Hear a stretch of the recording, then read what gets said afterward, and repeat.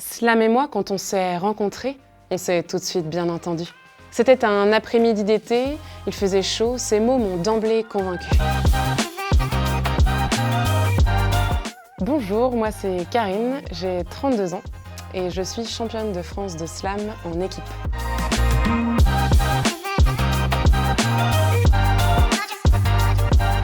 Le slam, c'est de la poésie qui claque.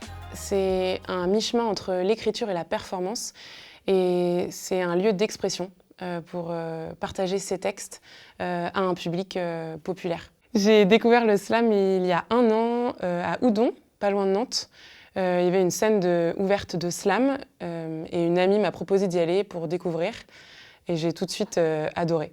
En fait, je pense que j'ai été très vite touchée par les personnes qui partageaient de manière authentique leur vie, leurs textes. Et j'ai été aussi très impressionnée par les sonorités dans le slam. Il y a une part qui est assez musicale dans la manière de déclamer la poésie et aussi le sens du rythme. Ce qu'on doit faire, c'est se sortir de ce trou. Il nous reste moins de 3 minutes pour sortir de cette escape game de misère. Alors, on se sort les doigts du fut et trouvons déjà comment allumer la lumière, mais il n'y a pas de lumière. Le psy, te l'a dit, la lumière, est en toi. Alors calme, tes esprits, pour qu'on sorte tous les trois. Lumière est en toi, lumière est en toi, lumière est en toi. L'araignée énorme. J'ai peur des peurs. Le soir même, après la scène, j'ai commencé à écrire. J'avais pas le choix, quoi. J'avais plein de choses à dire et plein de choses à écrire, donc je me suis lancée. Et puis les scènes sont très bienveillantes, il y a beaucoup de bienveillance dans le slam, et du coup on se sent très vite à l'aise pour slammer. Donc je me suis pas trop posé la question, je me suis dit tout le monde peut le faire, pourquoi pas moi? Et donc je me suis lancée.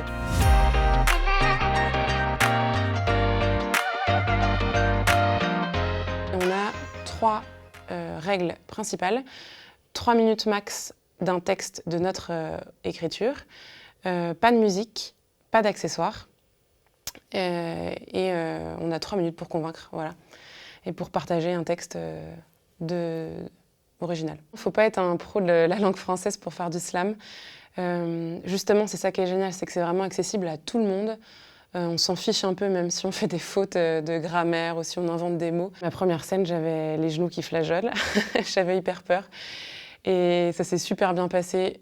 Le public est comme, voilà, c'est très bienveillant, donc les gens accueillent cette poésie de manière enthousiaste. Et j'écris en m'inspirant de faits de ma vie, de mon quotidien, des choses qui me sont arrivées, des choses qui sont arrivées aux autres. Slam et moi, quand on s'est rencontrés, on s'est tout de suite bien entendu. C'était un après-midi d'été, il faisait chaud, ces mots m'ont d'emblée convaincue.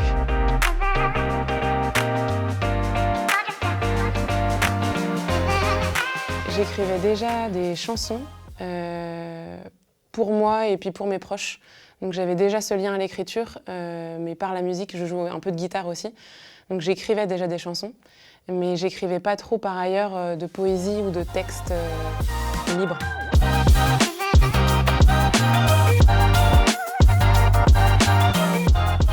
J'ai commencé avec un tournoi en début de l'année, le Slam & Co, qui est organisé par Nantes, un tournoi en équipe.